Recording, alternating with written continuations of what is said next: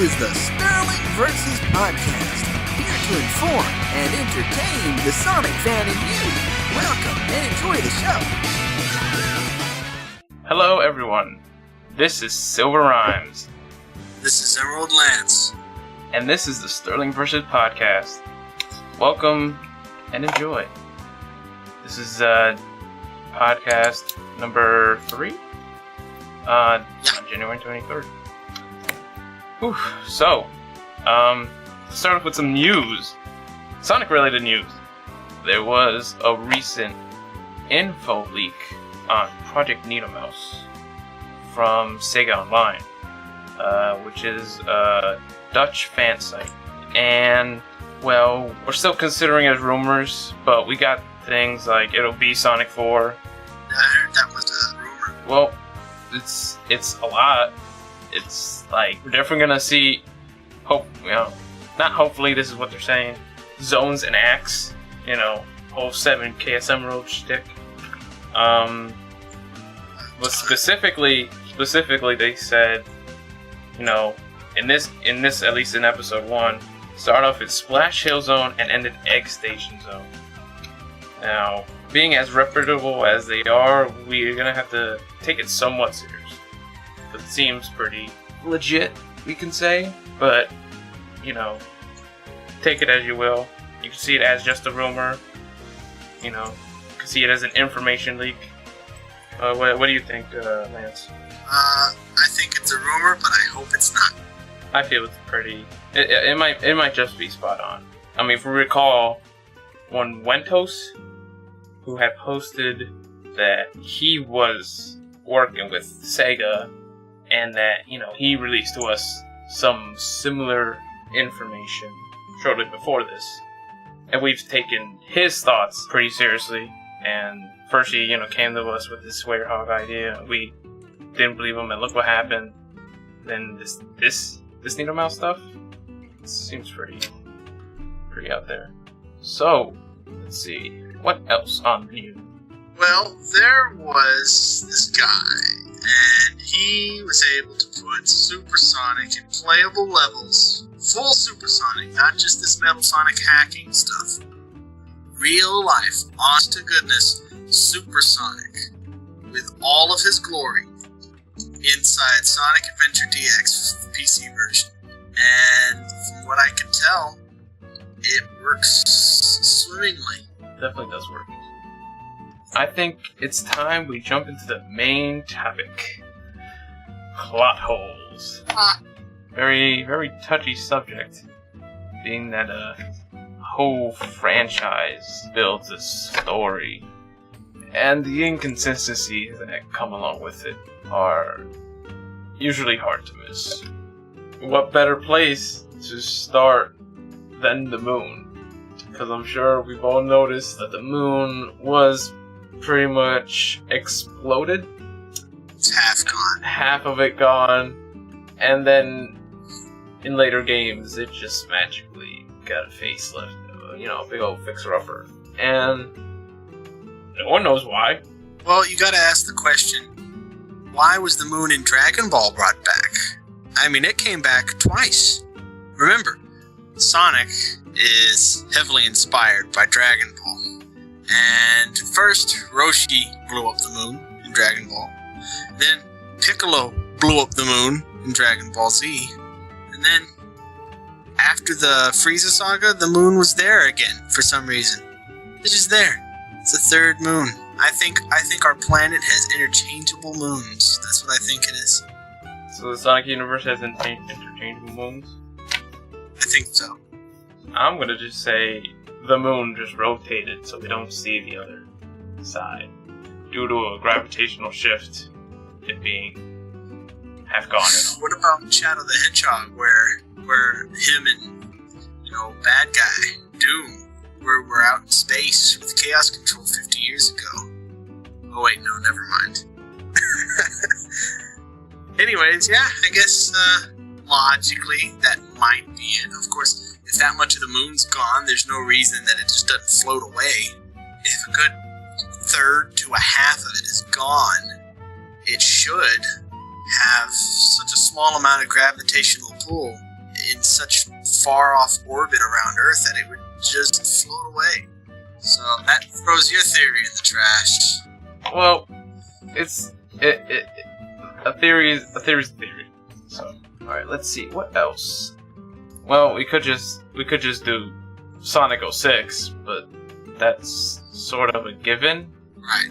I mean, we could try to fix it up for those who are confused, because everyone isn't readily available with information. The biggest plot hole concerning Sonic 06 with me, other than the fact that technically it never happened, yada yada, but the biggest plot hole is is Blaze. In Sonic 06, Blaze came from the future, and in the Rush series, she came from the same time, but in a different dimension.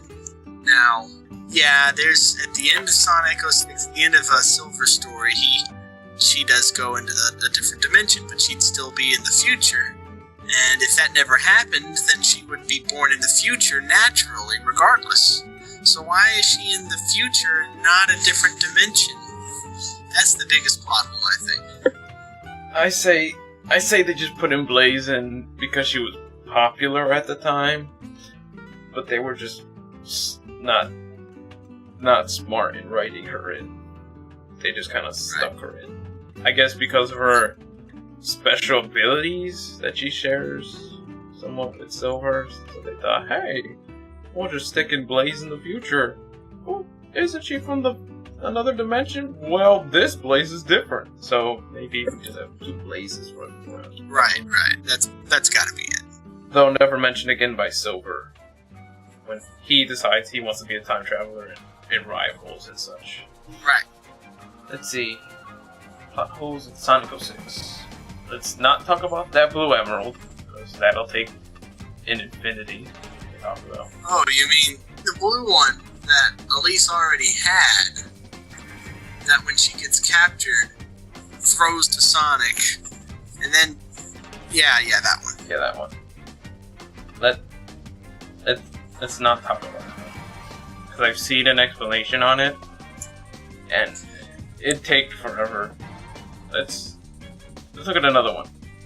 How about I don't want to talk about the canon of certain games, because it's kind of, I don't want to say obvious, but we can pretty much determine all the main games. Right. So we could say all the Game Gear games are technically not canon, but they're just kind of remakes. So they're kind of just it's the game, same game, different look.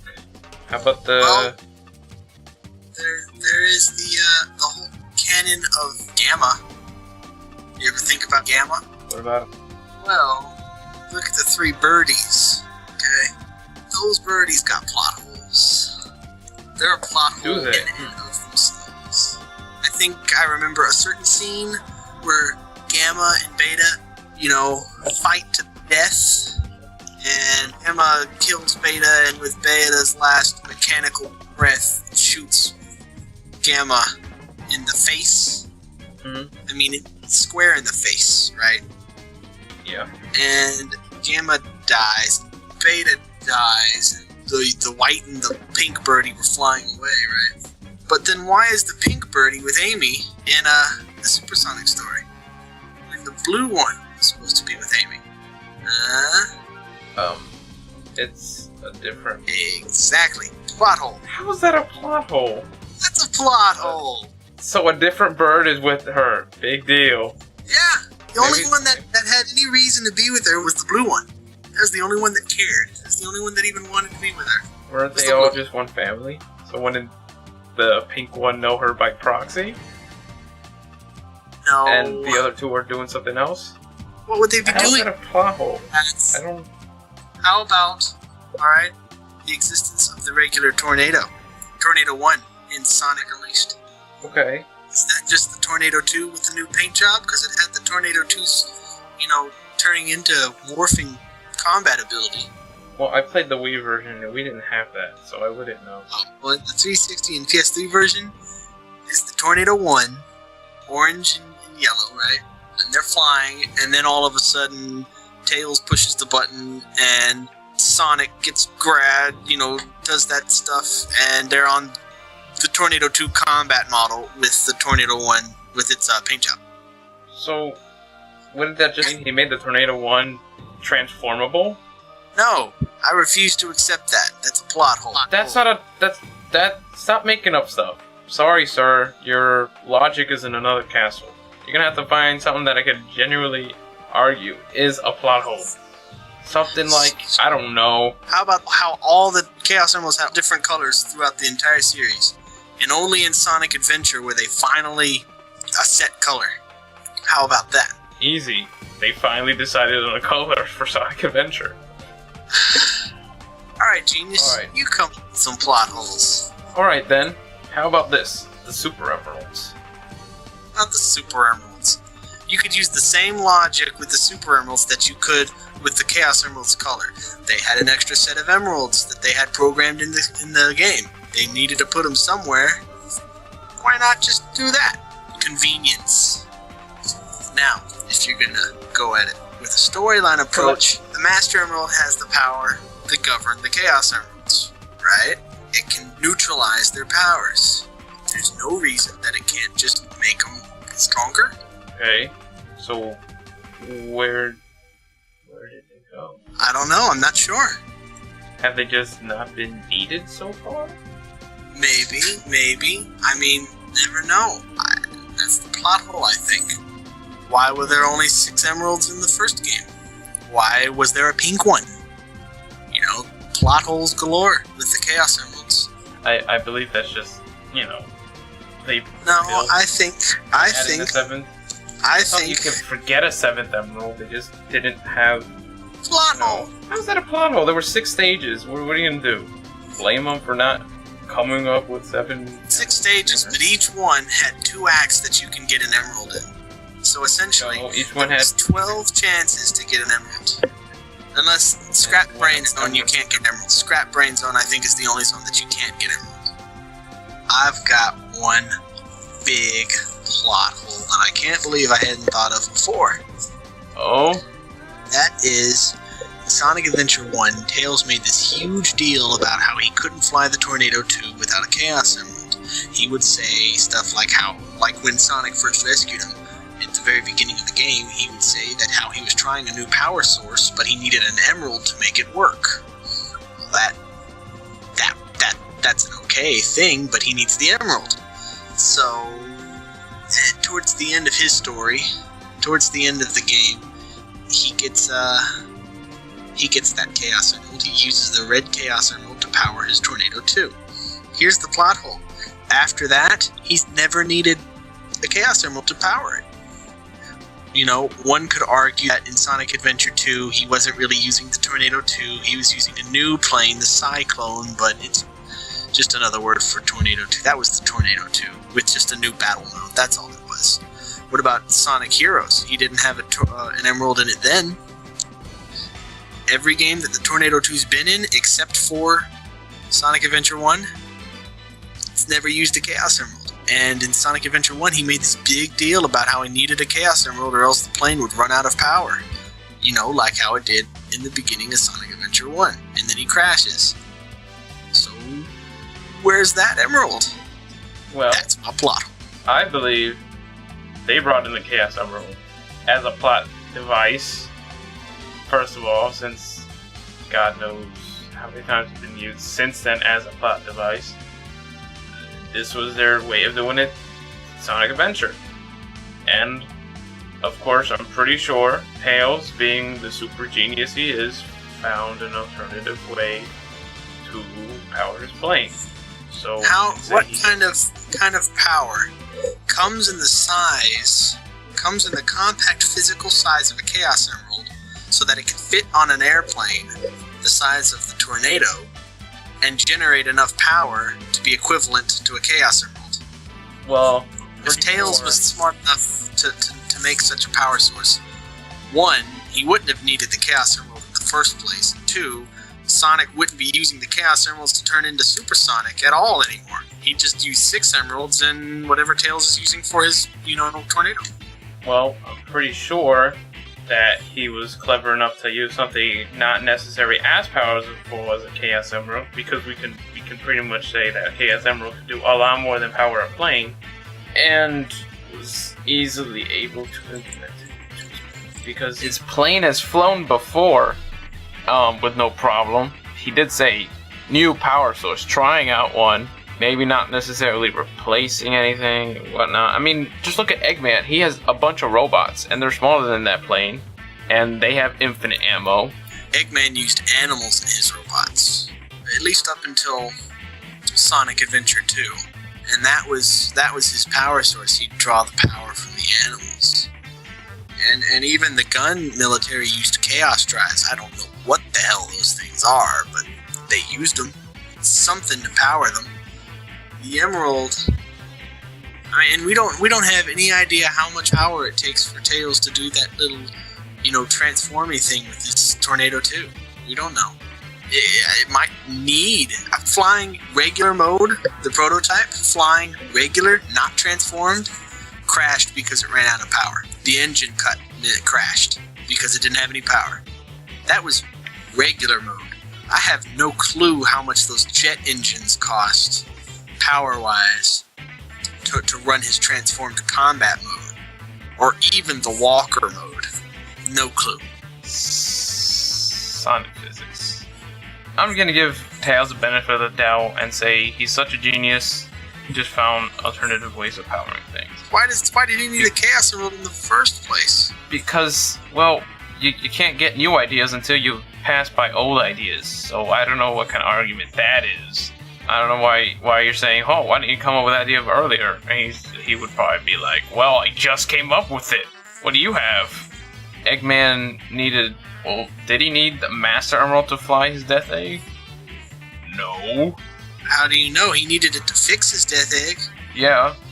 How much sense does that make? That's why he stole it, so he could, fix his Death Egg. But, of course, right after he stole it, like, the Death Egg started flying.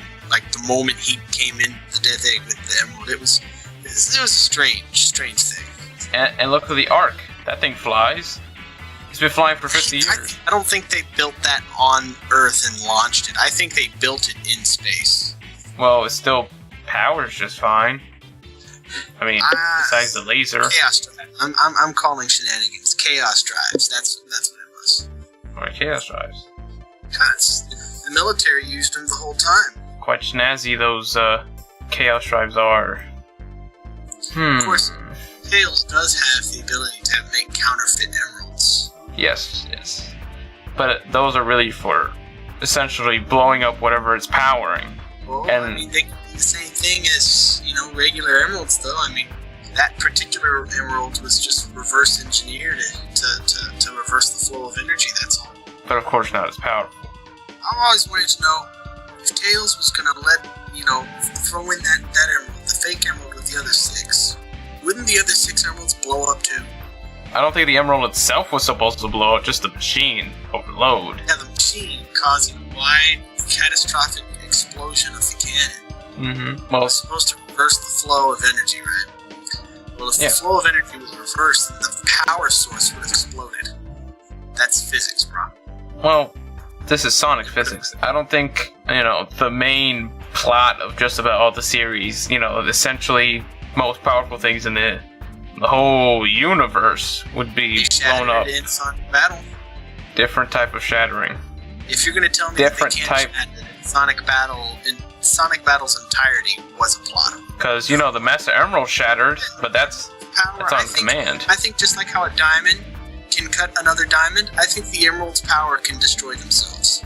I think if it was using chaos energy, the Emeralds could be destroyed. Quite easily.